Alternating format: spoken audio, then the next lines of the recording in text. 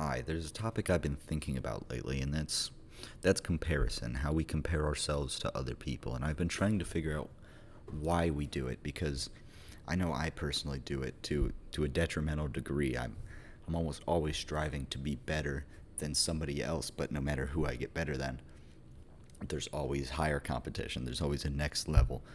I I wanted to use a comparison that I was thinking of earlier.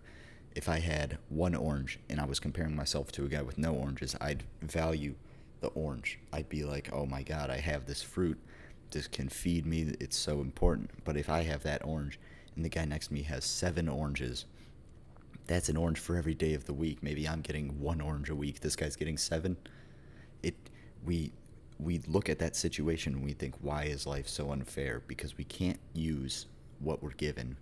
We often look to see our full potential, and usually we never reach our full potential because maybe the guy who's getting 7 oranges has lower trees to pick from. So he's able to pick these oranges like it's nothing. And you're from a place where, let's say, you to get 1 orange, you have to climb to the top of a giant pine tree with thorns and needles all over it. It's going to be a lot more effort for you to get there, but you're going to value that fruit a lot more. Still, you're going to be jealous of this guy with 7 fruits, 7 oranges, and then maybe eventually one day, through tough work and grit, you'll get those 7 oranges because you'll be able to scale these pine trees through the thorns and needles, break the adversity, and do just as well as this guy who was handed 7 oranges every week, basically, but by just grabbing it, and you're like Tantalus. You're in the water. You're reaching up, and the plant just keeps brushing away from you. You're working as hard as you can to get these, but now you're getting 7 oranges. Well, now you're not comparing yourself to the guy with 7 oranges. You're on his level. You're looking for competition, and your competition is now. You look to your right. There's a guy with a whole fruit stand. He has oranges. He has apples. He has bananas. He only has 7 oranges, but he has apples and bananas. Now you're looking at these oranges like, oh my god, I'm eating the same thing every day. This is miserable. I wish I had that. I wish I could choose what I wanted to eat today. I wish I could have a banana or an apple if I wanted to, but I just have oranges. Now I thought of this because I was eating an orange. If you couldn't tell, there's a lot of oranges in this story, but I think it speaks to how our human nature is as a whole. The way that we view the world is basically one dimensional. We look to get as much as we can. That's the simplest way of doing it. There's some people who have broken this mold. Like if you see Mike Tyson in any videos nowadays, or you see him touring his house, he has a giant house, but it's empty, and he doesn't value his belts that he works so hard to achieve in the heavyweight boxing circuit. He doesn't value those things because he realizes that with the inherent value that we put on all these objects is what leads to our downfall. The more we want the oranges, the less we see each other as people with circumstances. The more we just care about greed, and greed is what will kill us. Now, I think about competition a lot because I'm a runner, and you're always in a place. By the end of the race, no matter how you do, when you look at that score sheet, you will be on a place. Now, it could be a good place. You could be first place. But even if you get first place, you'll look at other races that were going on at the same time, and you'll say, that got first, he went slightly faster than me. You'll look at that and you'll say, what could I be doing better? You don't look at the people that are behind you that you've already surpassed and how much hard work you've put in to get to where you're at. You look at the people that are in front of you because we never feel satisfied with how we've done. Even when I've had great achievements in my career that I shouldn't have had, frankly.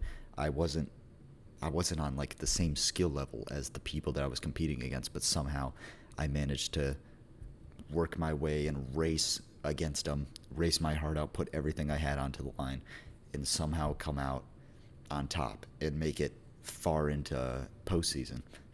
Even then, I didn't even think I was going to make it out of districts because our district was so tight. I barely made it out of districts, and then my next complaint, I couldn't even be happy because all I could do was complain that I didn't get a medal at regionals because I didn't come in 8th, I came in 9th. Now, I look at this and I say, that's an idiotic thing to be mad about, because the medal is useless. The medal will sit in your room and you'll look at it for 2 years and then you'll be gone. It'll be gone. It'll be lost garbage in the back of your closet like everything else that you once valued. And I say this not just to tell it to the 2 people that are watching still. I'm telling it to me because I know personally I struggle to take the sense of competition out, which in some cases is helpful. When I get to that line, I know I'm more competitive than every guy that's out there. I know I'm going to win, even if I come in 3rd place. I'm going to win because I was supposed to come in 10th. I'm never going to do worse than I was supposed to do. That's the thing with me. But I will always look at the next fish that I need to catch, because I can't be satisfied with this. I need more. We need more as a civilization and as a people. We always want more. And it kills us, but that's just the way that life is. We always want more. It's very simple. We can look about this lesson of how abundancy will be the downfall of you. It's everywhere in mythologies, in religion.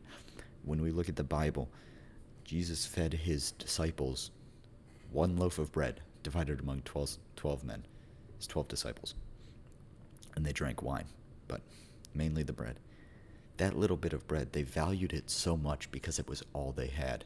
And he said, this is my body. This is the body of Christ that you are eating. They gave so much value to the bread that bread, when they consumed it, they were gathering the most valuable thing to them, which at that point wasn't money, except Judas probably. He was in it for them silver coins. We all know that. But they weren't in it for the money. They were in it.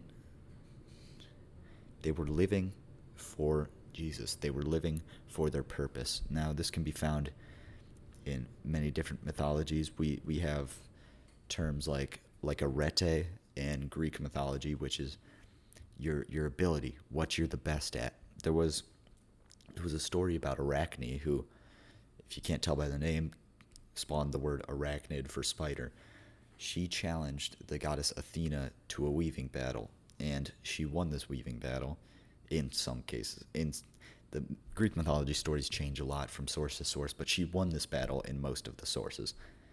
She beat a goddess, and she looked at her artwork, and she was so unsatisfied and mad that her work criticized the gods because she believed she was better than them, which she was. And even when she had reached this part where nobody was better than her, she felt so much shame that she had disobeyed the people and the gods, not people, that were supposed to take care of her and that were supposed to take care of the people, that she put a noose over a tree and tried to hang herself. But before she could do that, the goddess Athena, who had just been defeated, turned her into a spider so that she could weave forever.